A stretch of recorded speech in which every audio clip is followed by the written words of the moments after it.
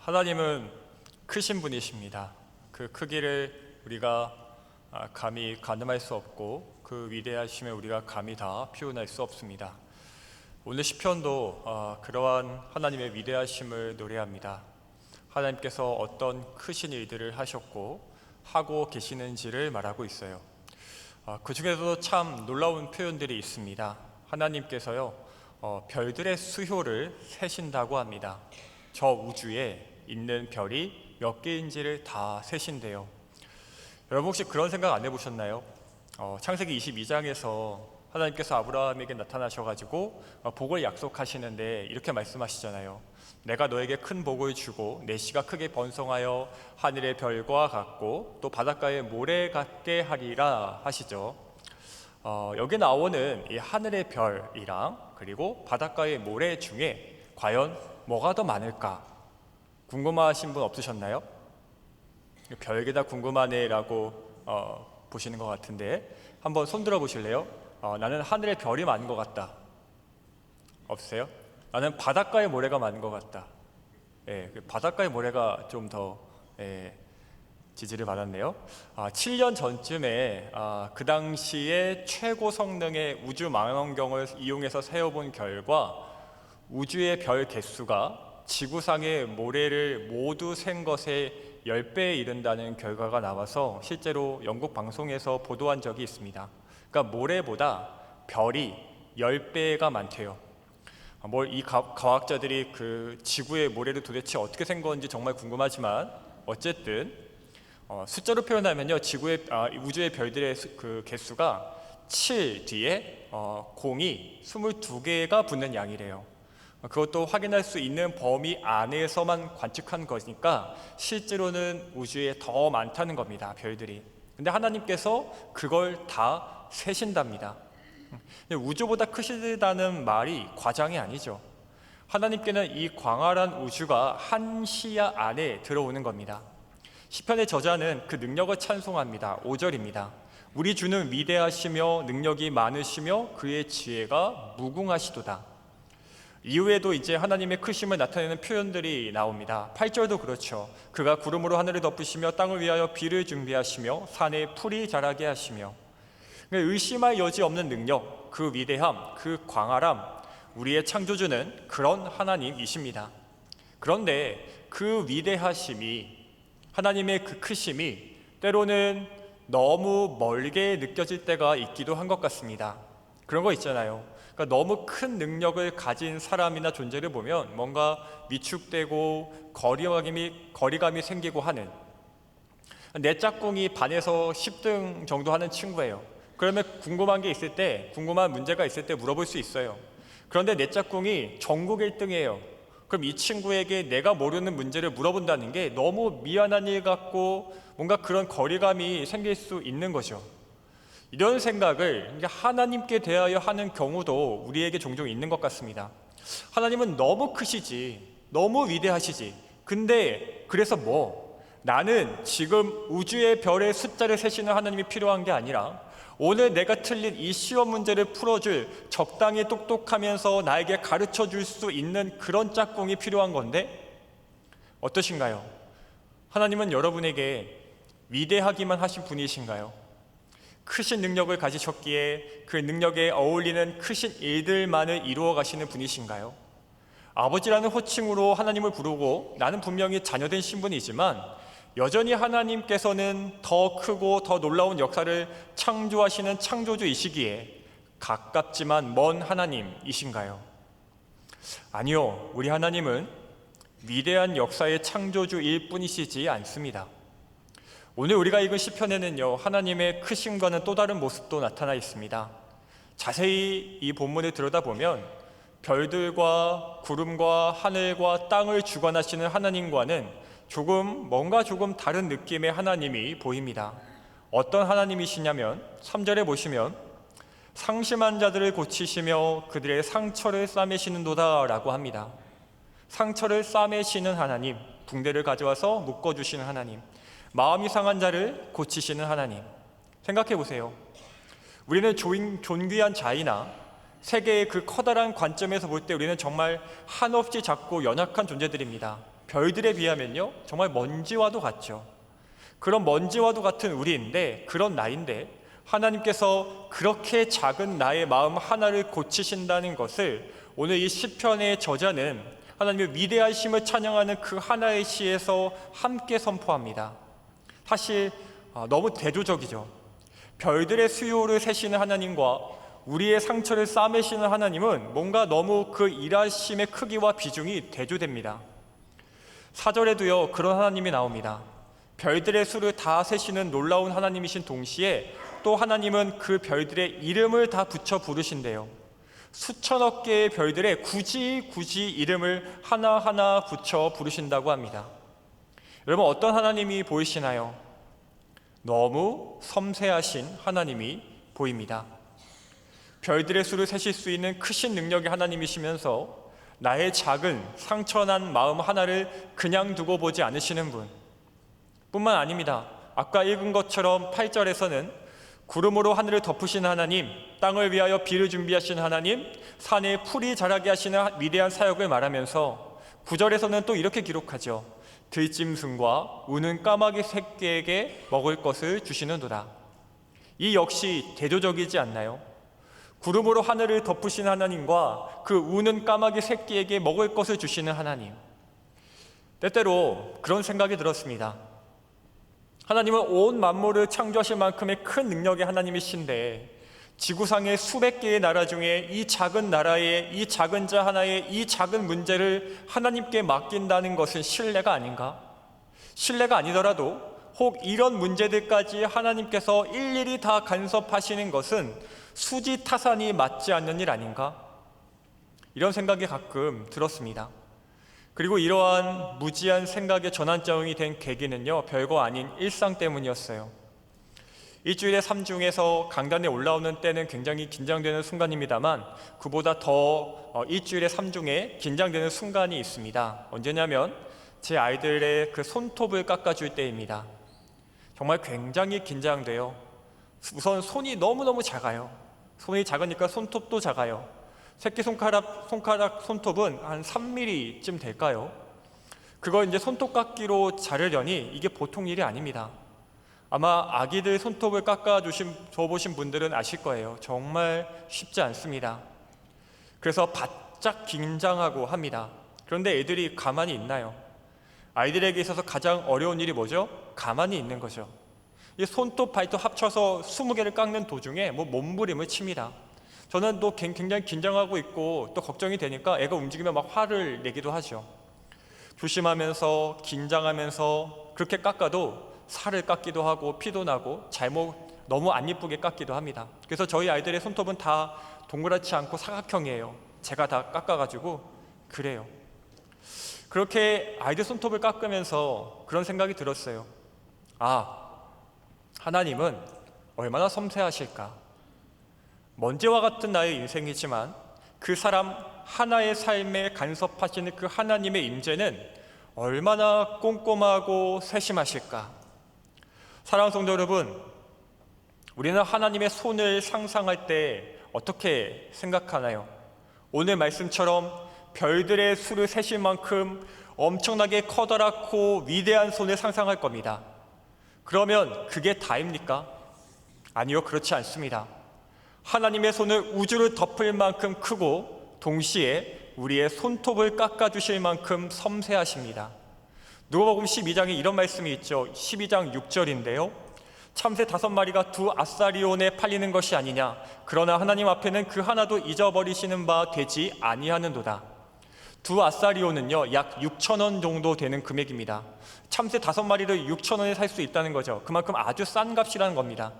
그러나 이렇게 보잘것없이 값싼 것일지라도 하나님께서 허락하시지 않으면 그중 하나라도 결코 땅에 떨어질 수 없다고 성경은 말합니다. 하나님은 1,200원 가치의 참새 한 마리도 잊지 않으시고 돌보시는 분이시라는 겁니다. 그러면서 이제 7절에서는 심지어 우리의 머리털 개수까지 세신다고 되어 있어요. 이 부분이 더 의아한 것은 우리의 머리카락 개수를 알고 계시다가 아니라 세신다고 합니다. 세만돼요. 오늘 본문의 시편에서 그 별들의 숫자를 그 하나님께서 세시는 그 하나님께서 참으로 정말 의미 없어 보이는, 우리 머리카락 개수 세서 뭐 할 건데요? 그 의미 없어 보이는 이름에도 내 머리카락 개수를 별 숫자 세시는 것처럼 세신다는 거죠. 하나님께서요, 이렇게 섬세하시다는 겁니다. 우리의 삶에서 이렇게 세심하게 간섭하고 계시다는 거예요. 그러나 우리는 어떻습니까? 그런 하나님의 미세한 일하심을 잘 기대하고 있을까요? 최근에 우리 성도님들께서 기도하신 가장 큰 일은 무엇인가요? 가장 큰 일 기억이 나시나요? 그럼 최근에 여러분이 기도한 가장 작은 일은 무엇인가요? 혹시 그건 잘 기억이 나지 않으시나요? 그저 하나님께서는 저 큰 산보다 높으시고 저 바다보다 넓으신 분이시며 그렇게 크고 위대한 분이시기 때문에 나의 이 작고 초라한 부분까지, 이런 하찮은 문제까지 하나님 앞에 가지고 가는 것은 잘못되었다고 여기며 살고 있는 것은 아닐까요? 우리가 정말 우리의 전 인생을, 하루의 모든 시간을 하나님께 잘 맡기고 있을까요? 오히려 무슨 일이 있을 때만, 누가 큰 병으로 아프거나 취업이나 시험이 앞에 있거나 이사를 하거나 큰 돈 문제가 있거나 중요한 관계에 갈등이 있거나 사고가 나거나 그런 크다 싶은 일들이 있을 때에만 하나님의 능력의 손을 바라고 있는 것은 아닐까요?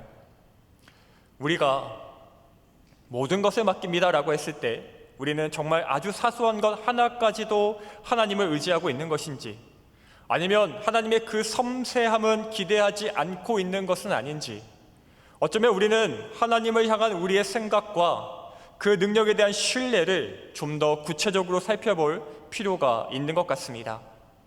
혹시 우리가 오만하여서 나의 삶의 이런 부분은 하나님이 아니라 오히려 내가 더 전문가여서 감히 하나님께는 불가능한 일이라고 판단하는 일은 없을까요? 아니면 우리에게 하나님은 여전히 뉴스에나 나오는 어느 대기업 회장님일 뿐이어서 굳이 나의 이런 작은 일까지 살피지는 않으신다고 여기는 것은 아닐까요?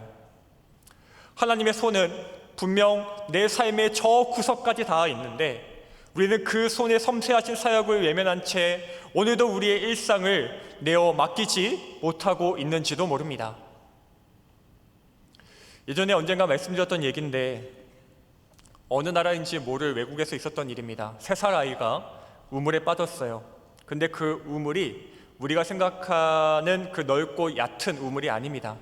우물의 폭은 아이 하나가 겨우 들어갈 수 있을 정도의 폭이고 쇠로 만들어진 우물입니다. 그 깊이는 15m예요. 그런데 그 15m의 좁고 깊은 우물에 3살 아이가 빠졌습니다. 그나마 우물이 좁아서 떨어질 때 바닥에 크게 부딪히지 않았습니다. 그러나 나올 수가 없습니다. 줄을 내려서 끌어올릴 수도 없습니다. 아이가 그 줄을 잡고 있을 힘이 3살 아이에게는 없으니까요. 직접 들어가서 구출하고 싶지만 그 좁은 우물에 들어갈 수 있는 어른은 없었습니다. 그때 한 중학생이 그 일을 자원하고 나섰습니다. 그 소년의 이름은 크리스티앙입니다. 그 소년은 아직 어리고 날씬했기에 우물에 들어갈 수 있었습니다. 물론 위험 요소가 없는 건 아니었습니다. 우물에 낄 수도 있었어요. 그만큼 좁은 우물이었으니까요. 끌어올릴 때 다칠 수도 있었습니다. 더 최악의 경우는 이 소년도 우물에 같이 떨어져 버리는 일이었습니다. 그런 모든 상황을 감수하고 이 크리스티앙 소년은 발에 줄을 묶고 우물에 거꾸로 머리부터 들어갑니다. 그래야 손을 뻗어서 아이를 안을 수 있으니까요. 소년을 내려보내기 전 이 소년의, 크리스티앙의 아버지는 소년에게 말했습니다. 아들아, 나는 정말 무섭다. 이 일이 정말 안 좋게 끝낼 수도 있어. 그 두려움은 사실 참 납득이 되는 두려움이었습니다. 그러나 이 소년은요, 들어갑니다. 천천히 15m를 내려갔습니다. 그리고 아이를 붙잡았습니다. 어른들은 천천히 줄을 당겼고 그렇게 아이는 구출되었습니다. 이 아이의 아버지는 몇 번이고 크리스티앙에게, 이 소년에게 고맙다고 말했습니다.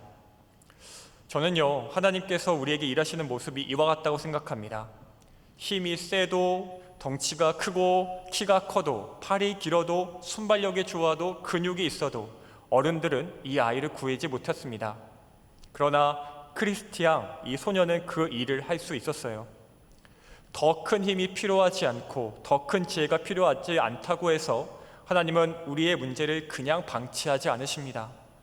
하나님의 그 크심과 위대하심을 사용하기에는 내 문제가 너무 하찮아 보여도 하나님은 오늘도 우리에게 접근하십니다. 친히 그 크리스티안 소년이 되어서 좁은 우물로 들어오십니다. 섬세하게, 세심하게, 주의 깊게 그 얇고 가느다란 팔로 나를 안으십니다. 하나님의 이 세심함의 결정체가 무엇인가요? 예수 그리스도입니다. 우주 만물보다 크신 하나님께서 이 초라하고 작은 나를 위해 우주를 떠안으시는 그 하나님께서 어떻게 우리를 안아주시겠어요? 우리 우주를 만드시는 그 별들도 한 손에 둘 수 있는 그 예수님께서 어떻게 그 사마리아 여인을 보듬어 안고 또 베드로를 안아줄 수 있으셨겠어요? 그렇게 성육신 하셔서 초라하고 작은 나를 위해 내 영혼과 삶의 문제를 해결하시려고 친히 인간으로 오셨습니다. 아기로 태어나셨고 성장하셨고 우리와 같이 땀과 피를 흘리셨어요.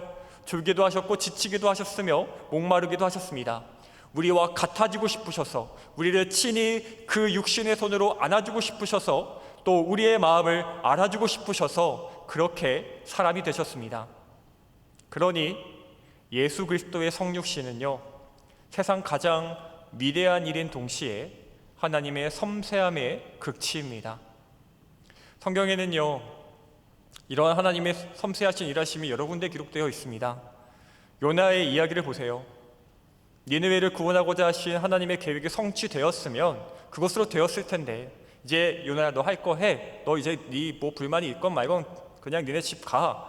할 수도 있었을 텐데 하나님은 자기 분에 못 이긴 이 어리석은 요나를 그냥 내버려 두지 않으십니다.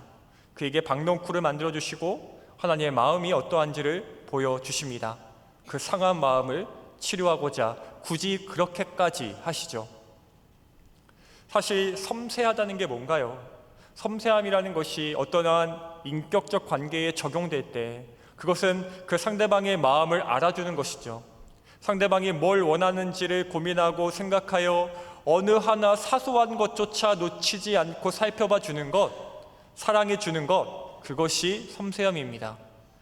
하나님께서 우리의 삶에서 정말 그렇게 일하신다면 우리의 작은 일을 작은 일로 보지 않으시고 우리의 조그마한 마음과 고민 하나 허투루 여기지 않으시고 사소한 것 하나까지도 간섭하여 주신다면 사랑하는 성도 여러분, 우리는 내어 맡겨야 합니다.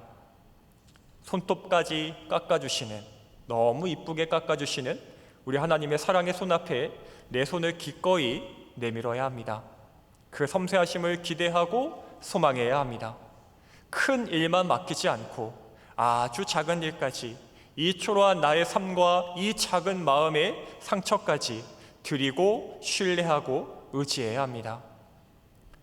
하나님께 맡길 일을 내가 고르고 선택하지 마십시오. 하나님은요, 태양도 만드시고 그늘도 만드십니다. 나에게 태양이 필요하여 태양도 만드시지만 그 태양 아래에 있는 나를 위해 그늘도 만드십니다. 우리는 그저 다 맡겨야 합니다. 그게 무엇이든 어떤 일이든 그래야 합니다.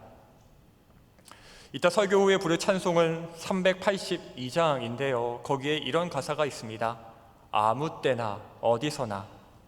하나님께서 우리를 지키시는데 아무 때나 그러신다고 합니다. 그게 무슨 일이든 언제든 상관없이 우리를 지키신다고 합니다. 그렇게 일하십니다. 굳이 나 같은 자의 마음까지도 헤아리시고 더 상하지 않도록, 더 괴롭지 않도록, 덜 힘들고 덜 아파하도록 조심조심 아빠가 아이의 손톱을 깎듯 그렇게 온 힘을 다하여 나를 사랑하십니다. 여러분, 사탄이 바라는 게 뭔지 아시나요? 사탄은 우리가 하나님을 생각할 때 너무 둔탁하고 큰 손으로 큰 젓가락을 들고 있는 분으로 여기기를 원해요. 너무너무 둔탁하고 큰 손으로 아주 큰 젓가락을 들고 있는 분으로 여기기를 원한다고요.